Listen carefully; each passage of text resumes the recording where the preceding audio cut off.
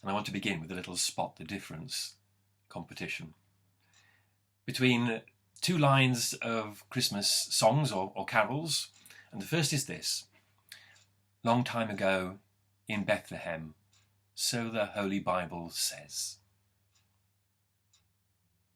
The second one is this: O little town of Bethlehem, how still we see thee lie.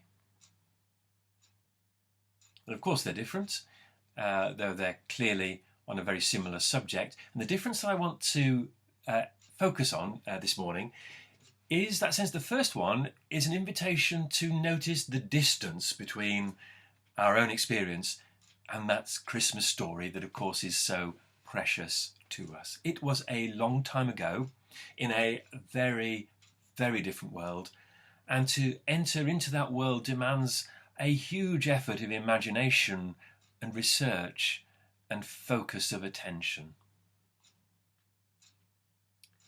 The second line from a very, very popular carol, of course, goes in a slightly different direction and actually emphasises the closeness, inviting us to be there as if we are in the story, and that it is we who are looking on and seeing what's going on in that little town of Bethlehem. We are part of the story. And I guess in our Christmas preparations, it's important that we follow both of those leads, that we recognise how different a world it was into which Jesus was born, but also that invitation, which I think is a very clear and necessary invitation, that God invites us to be part of the story. And in these last few days of preparation, and as we get immersed, no doubt, in the ways in which our church is celebrating Christmas, I guess it is that second journey that is particularly strong, and I'm glad that it is so. That invitation to use our imaginations and our hearts and minds to try to put ourselves into the Christmas story. Whether that is turning ourselves back into a different generation, or bringing that Christmas story into our own time and place. In these days of modern media and social media, of course, we get all kinds of little clips and videos that we can watch. Can I invite you, if you haven't already seen it, to Google Grasmere Nativity.